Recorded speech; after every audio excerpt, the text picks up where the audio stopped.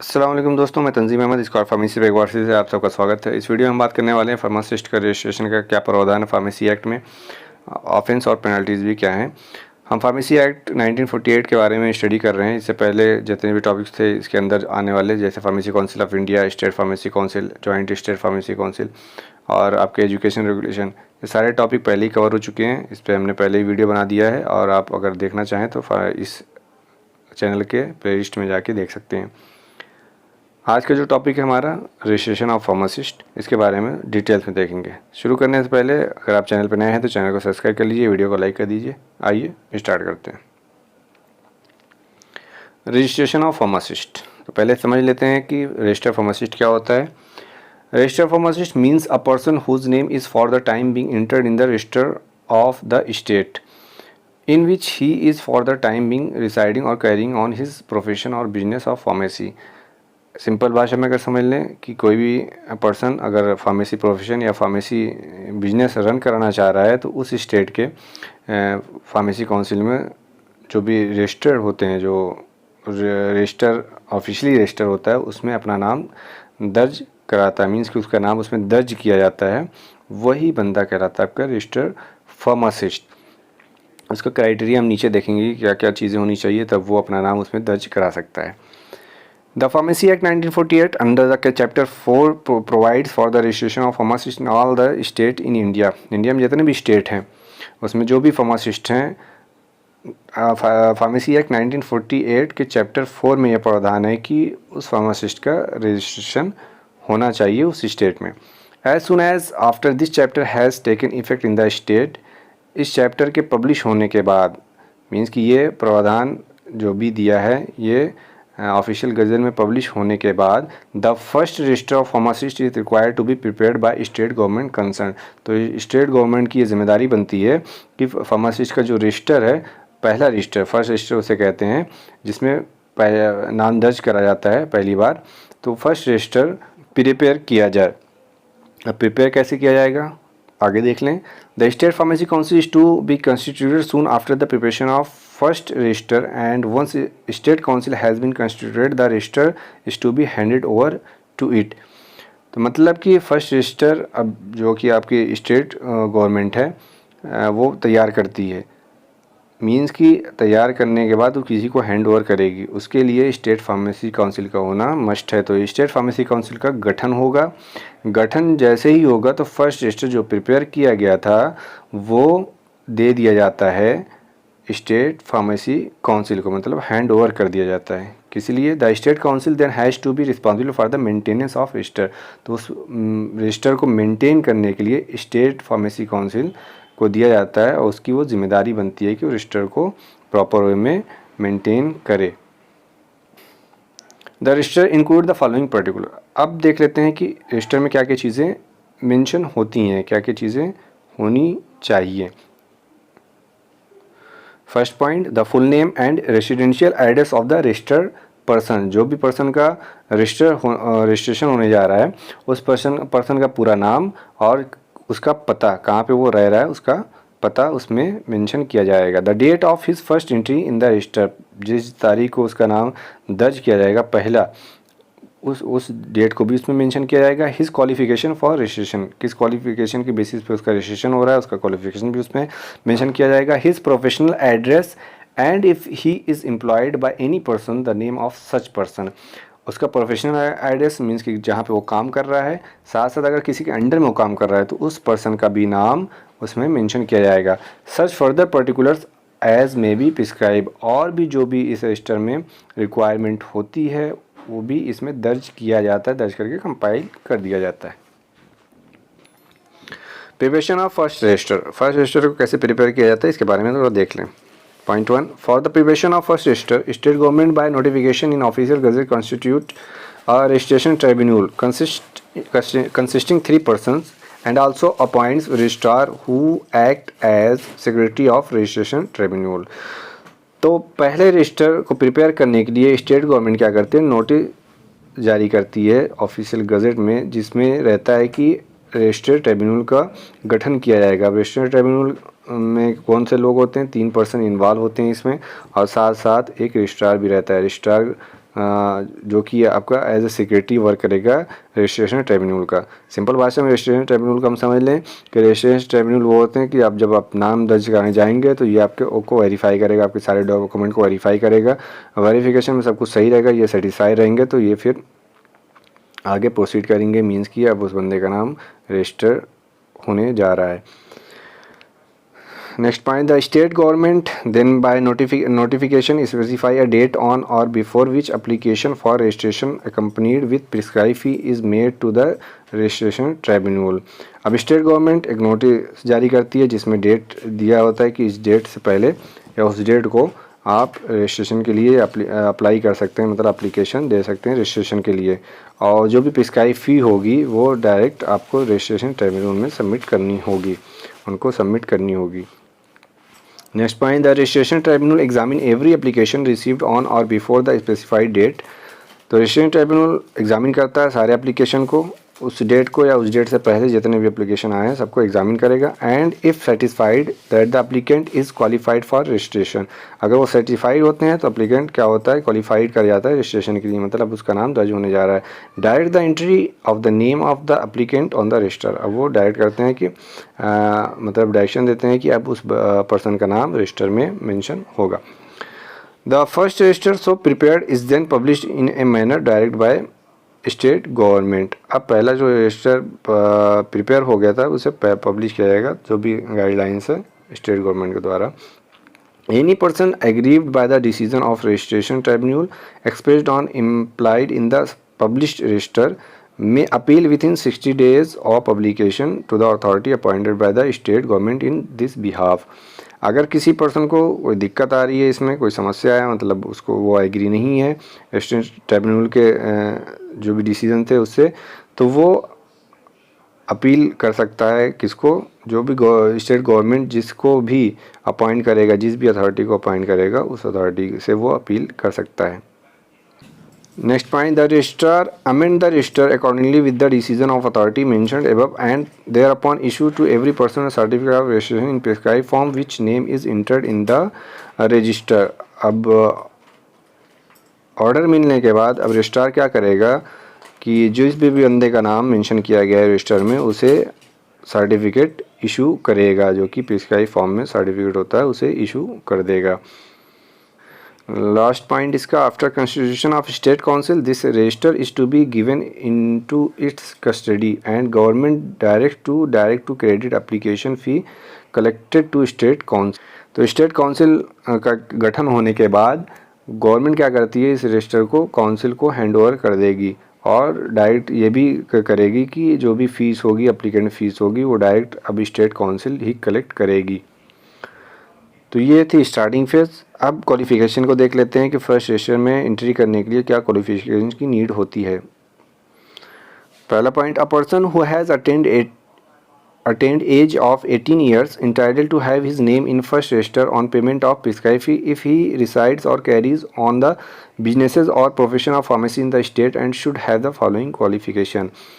अब जो भी person pharmacy profession pharmacy business run कराना चाह रहा है और वो उसकी एज 18 या 18 साल से ऊपर की हो गई है तो वो एलिजिबल है अपना नाम उसमें रजिस्टर कराने के लिए। साथ साथ और भी जो क्वालिफिकेशन नीड होती है उसको भी देख लें।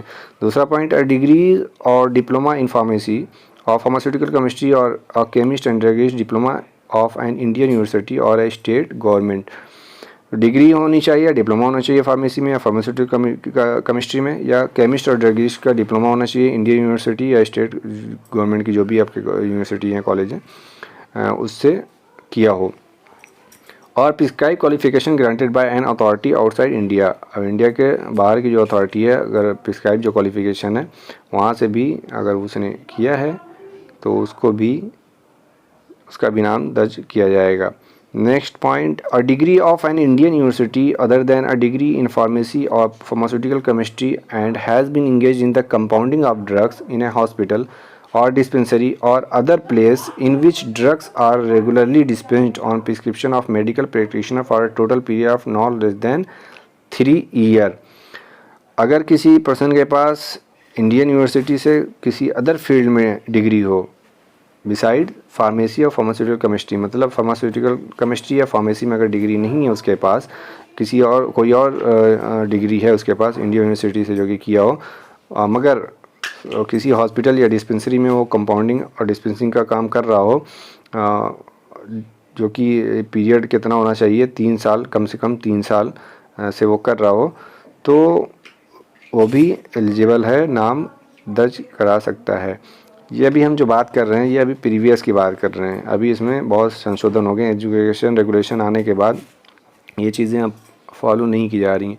Next point, has not less than 5 years experience of compounding dispensing in hospital or dispensary or other place in which drugs are regularly dispensed on prescription of medical practitioner prior to the date notified by the registration। तो registration की date आने से पहले, मतलब registration की जब date है, जो फाइनल डेट है, जिस डेट तक आप सबमिट करते हो एप्लीकेशन, उस डेट से पहले किसी पर्सन का 5 साल का एक्सपीरियंस हो, उससे कम नहीं। किसी हॉस्पिटल या डिस्पेंसरी में वो काम कर रहा हो या ऐसी जगह जहाँ पे मेडिकल प्रैक्टिशनर बैठता हो और वहाँ पे प्रिस्क्रिप्शन लिखता हो, उसके अकॉर्डिंग वो डिस्पेंस कर रहा हो रेगुलरली 5 साल से, तो वो भी एलिजिबल है अपना नाम दर्ज कराने के लिए। Tribunal for receipt of the application for entry of the name on first resistor. तो ट्रिब्यूनल उसको उसके एप्लीकेशन को एक्सेप्ट करेगा और फिर फर्स्ट रजिस्टर में उसका नाम मेंशन किया जाएगा। ये पहले की चीज़ थी। कुछ पॉइंट और देख लेते हैं इसमें।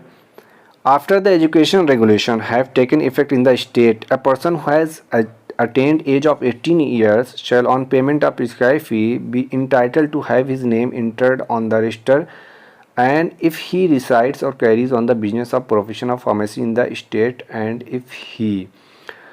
एजुकेशन रेगुलेशन आने के बाद पर्सन जो कि 18 साल या उससे एबव का हो, जो प्रिस्क्राइब फी या सबमिट करने के बाद अपना नाम उसमें दर्ज कराने के लिए वो एलिजिबल है।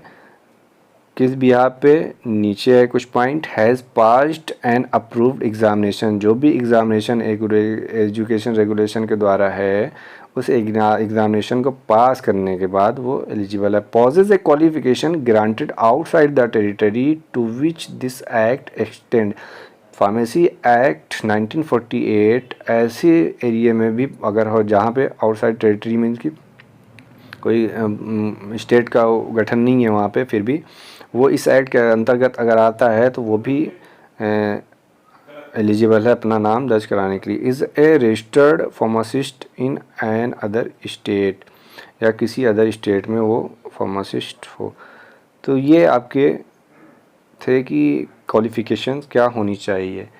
अब देख लेते हैं हम कुछ स्पेशल प्रोविज़न है रजिस्ट्रेशन के लिए, उसको भी पॉइंट वाइज देख लेते हैं। The pharmacy amendment act 1959 made certain special provision for the registration of certain classes of person beside the person those who are eligible to register their name in subsequent register. This class of person include particularly those who had been affected by the partition of the country in 1947 or by recognition of state in 1956 or by transfer of certain foreign settlement to India or those who since passage of the act migrated to India. By virtue of these provision, a state council may permit to enter on the register the name of the following classes of person।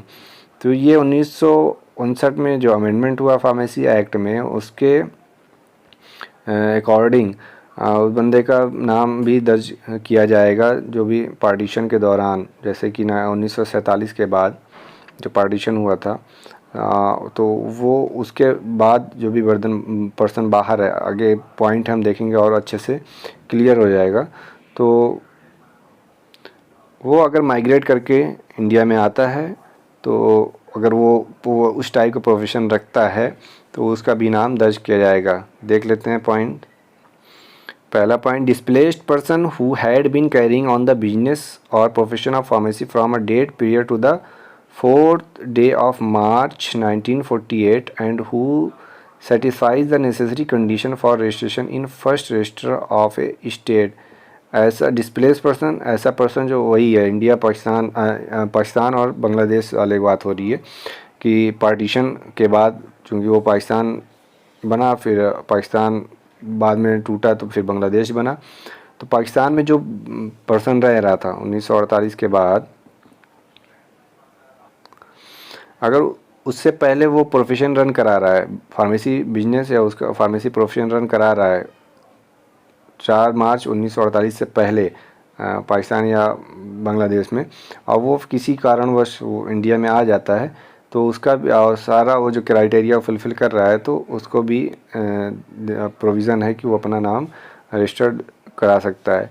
दूसरा point, citizen of India who had been carrying on the business or profession of pharmacy in any country outside India and who satisfy the necessary condition for registration in first register of a state।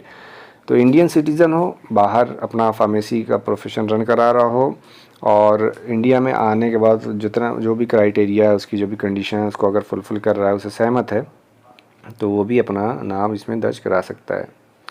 Next point, person who reside in such area which at the time of passage of pharmacy act not part of India but which subsequently become a territory of India who satisfy the necessary condition to have their name in a first register of a। ऐसा person जो कि ऐसी जगह रह रहा था जब pharmacy act पारित हुआ, तो वो इंडियन टेरिटरी में नहीं आता था, बाद में पारित होने के बाद इंडियन टेरिटरी में अगर आ गया, तो वो भी अगर सारे कंडीशन को फुलफ़िल कर रहा है, तो उसका भी नाम स्टेट के रजिस्टर फर्स्ट रजिस्टर में दर्ज किया जाएगा। A person who carry on the businesses or profession of pharmacy in the state and who satisfy the condition for registration in first register and had applied for registration on or before the date appointed but did not get registered for some reason। ऐसा person जो कि pharmacy profession या business run करा रहा हो उस state में, और उसने अप्लाई भी किया हो, जो भी डेट दी गई थी उस डेट या उससे पहले अप्लाई किया हो, बस किसी कारणवश वो रजिस्टर्ड नहीं करा पाया अपना नाम, तो वो भी एलिजिबल है अपना नाम दर्ज कराने में।